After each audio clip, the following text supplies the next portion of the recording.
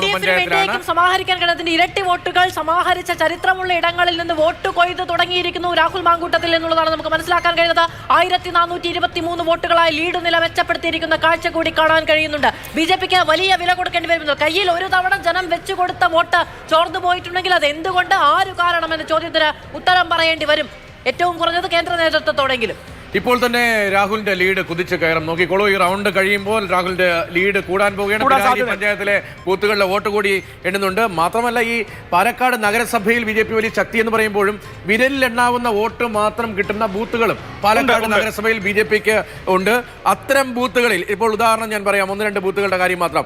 102 എന്ന് പറയുന്ന അങ്കണവാടി നെയ്ത്തുകാരത്തെരുവ് എന്ന സ്ഥലത്ത്, നെയ്ത്തുകാരത്തെരുവിലെ അങ്കണവാടി 1ാമത്തെ ബൂത്ത്, 102ാമത്തെ ബൂത്ത്, അവിടെ 8 വോട്ടാണ് കഴിഞ്ഞ തെരഞ്ഞെടുപ്പിൽ ഈ ശ്രീധരൻ മത്സരിച്ചിട്ടും കിട്ടിയത്. തൊട്ടടുത്ത 102A ബൂത്തിൽ അവിടെ കിട്ടിയത് 5 വോട്ടാണ്. അതിന്റെ തൊട്ട് താഴെ 103-ൽ 6 വോട്ടാണ്. ഇനി താഴേക്ക് വരികയാണെങ്കിൽ 114, അത് ഈ റൗണ്ടിലെ അടുത്ത റൗണ്ടിലാണ്, അവിടെ കിട്ടിയത് 4 വോട്ടാണ്. അതിന് താഴെ 119-ൽ കിട്ടിയത് 11 വോട്ടാണ്. അതായത് ശക്തി കേന്ദ്രങ്ങളൊക്കെ കഴിഞ്ഞു. ശക്തി കേന്ദ്രങ്ങളിലൊക്കെ കിട്ടിയ വോട്ട് ഇത്രയേ ഉള്ളൂ. ഈ റൗണ്ടോട് കൂടി രാഹുൽ വീണ്ടും എമർജ് ചെയ്യാൻ പോകുന്നു. രാഹുലിന്റെ ലീഡ് കൂടാൻ പോകുന്നു. രാഹുൽ വ്യക്തമായ മാർജിനിലേക്ക് വരാൻ പോകുന്നു. ഇനി ഭൂരിപക്ഷത്തിന്റെ കണക്കിലേക്ക് എത്ര എത്തും എന്നത് ചിന്തിക്കാൻ തുടങ്ങുന്ന ഘട്ടത്തിലാണ്. 600-700 പോയ ചരിത്രമാണ് അവിടെയുള്ളത്. പിരായിരിയിൽ ഒരു 7000 വോട്ടിന്റെ മേൽക്കൈ ഉണ്ടായാൽ ഇപ്പൊ 10,000-ന് മുകളിലേക്ക് ഭൂരിപക്ഷം പോവും. എന്തായാലും ഇനിയിപ്പോ ലീഡ് കൂടുകയുള്ളൂ. ഇപ്പൊ തന്നെ 1423 ഉണ്ട്.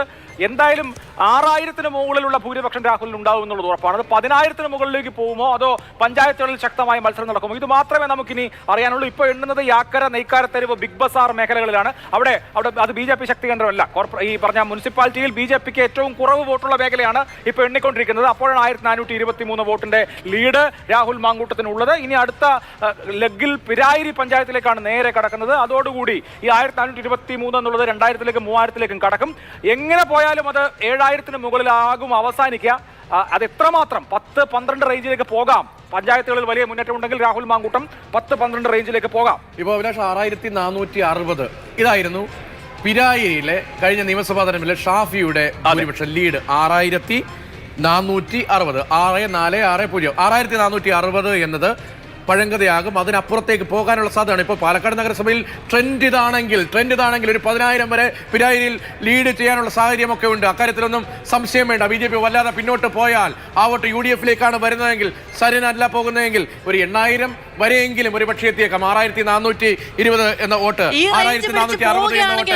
അങ്ങനെയെങ്കിൽ കേന്ദ്രീകരിച്ചുകൊണ്ട് BJP നടത്തിയ CPM നടത്തിയ പ്രവർത്തനം എന്നുള്ളത് നമ്മൾ ചെറുതായി കാണാൻ കഴിയില്ല. സരിനൊക്കെ അവിടെ കിടന്ന് പണിയെടുക്കുന്ന സമയം. അങ്ങനെയെങ്കിലും അപ്പോൾ തന്നെ 9000-10,000-ലേക്ക് ഇപ്പോഴത്തെ ലീഡ്, രാഹുലിന്റെ ലീഡ് മാറാൻ പോകുന്നു. അതുകൊണ്ട് തന്നെ രാഹുലിന്റെ ലീഡ് എന്താണെന്ന് അറിയാം. ഈ കേവലം 2 റൗണ്ട്, ഒരു റൗണ്ടിൽ തന്നെ അറിയാം. 2 റൗണ്ടിൽ അറിയാം രാഹുൽ എങ്ങോട്ട് പോകുന്നുവെന്ന്. 2 റൗണ്ടിന് വേണ്ടി കാത്തിരിക്കോ. 2 റൗണ്ടിൽ അറിയാം. കഴിഞ്ഞിട്ടില്ല. 8 റൗണ്ടിന്റെ ഫൈനൽ കൗണ്ട് വന്നാൽ ഈ മുനിസിപ്പാലിറ്റി കഴിഞ്ഞു എന്നാണ് അർത്ഥം. അപ്പൊ 8 റൗണ്ടിന്റെ അന്തിമ ഫലമാണ് നമ്മൾ കാത്തിരിക്കുന്നത്. പിരായിരിയും ചേർന്നതാണ് ഈ 8 റൗണ്ട്. ഇവിടെ കളം മാറുകയാണ്. 8-9 റൗണ്ടുകൾ കഴിയുമ്പോൾ അറിയാം രാഹുൽ എവിടെ വരെ എത്തുമെന്ന്, എവിടേക്ക് വോട്ട് പോകുമെന്ന്, എത്ര വ്യത്യാസം BJP-യുമായി ഉണ്ടാകുന്നുവെന്ന്. അതിന്റെ സൂചന നമ്മൾ പ്രതീക്ഷിക്കുന്നു. 8 റൗണ്ടിലെ വോട്ടെണ്ണൽ പൂർത്തിയാവുകയാണ്. അല്പസമയത്തിനകം നമ്മൾ പ്രതീക്ഷിക്കണം വളരെ പ്രധാനപ്പെട്ട ഭൂരിപക്ഷത്തിലേക്ക് വിരൽ ചൂണ്ടുന്ന ആ ഡിജിറ്റിന് വേണ്ടിയുള്ള കാത്തിരിപ്പാണ് ഇനി.